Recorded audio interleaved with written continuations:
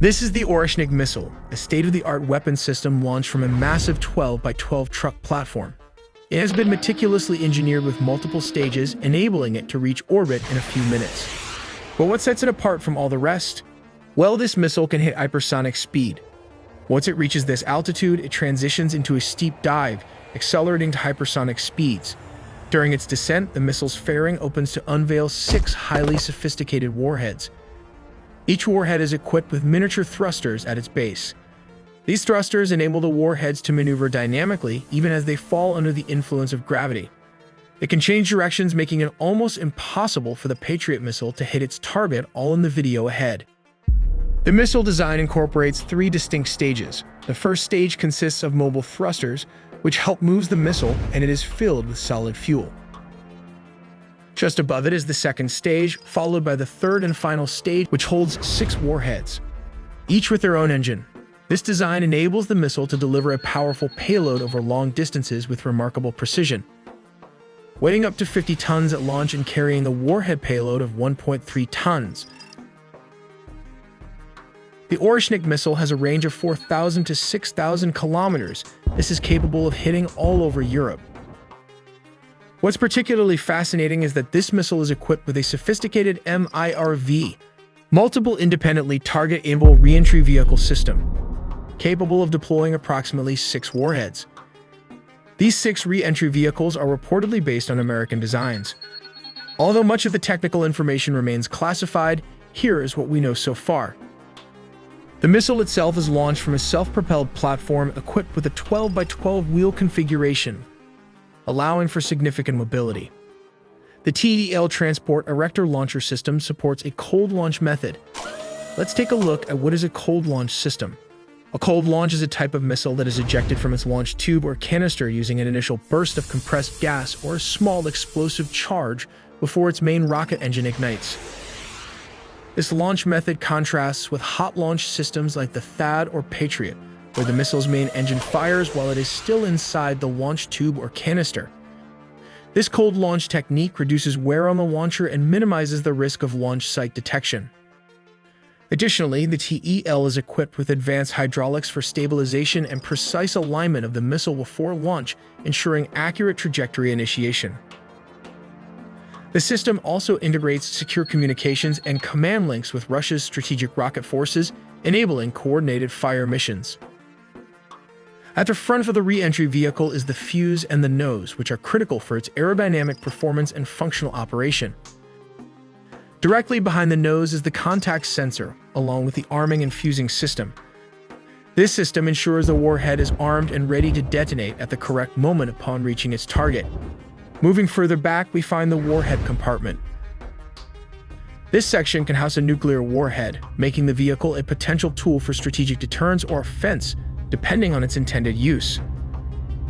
One of the critical features of this re-entry vehicle is its ability to maneuver and change direction while traveling at extremely high speeds. To achieve this, the vehicle is equipped with 2 spin nozzles located at specific points on its structure, and a spin gas generator which provides the propulsion necessary for such precise movements. Finally, the guidance system plays a vital role in ensuring the vehicle reaches its intended target. This is facilitated by a GLONASS antenna, which utilizes satellite navigation technology to guide the vehicle accurately to its destination. Let's take a look at how does it work. The missile begins its flight by firing its first stage boost motor, propelling it out of the silo. Roughly 60 seconds into the flight, the first stage separates, and the second stage motor ignites, while the protective missile shroud is jettisoned. About 180 seconds after launch, the thruster ceases and the post-boost vehicle, also known as the bus, attaches from the rocket. The post-boost vehicle maneuvers into positions, preparing to deploy the re-entry vehicles.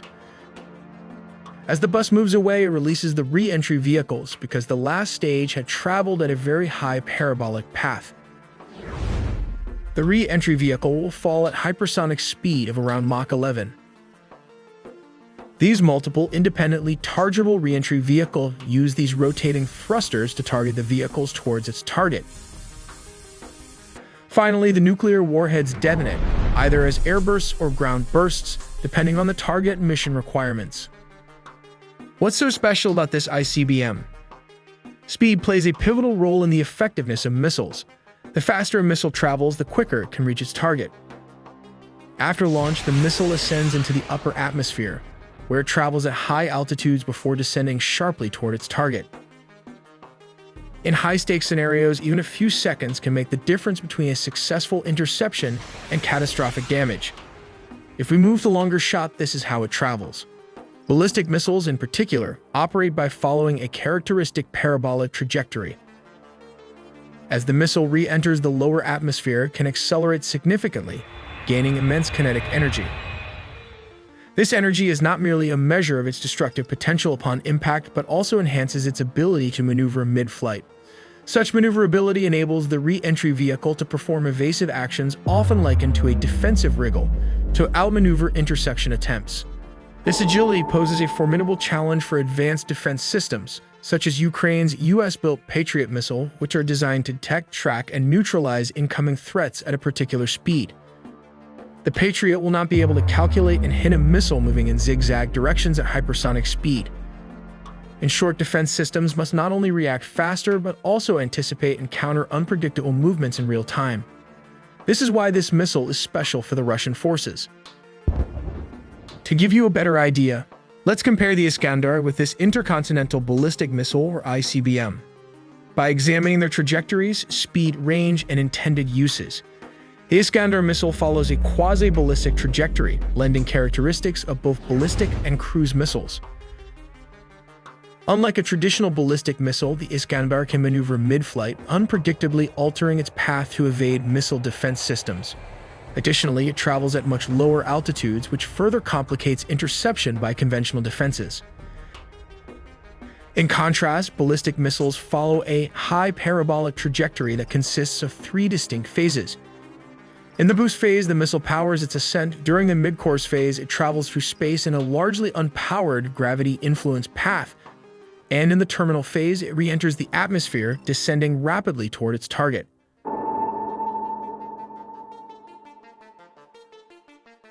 When comparing speeds, both ballistic missiles and the Iskander can achieve hypersonic velocities.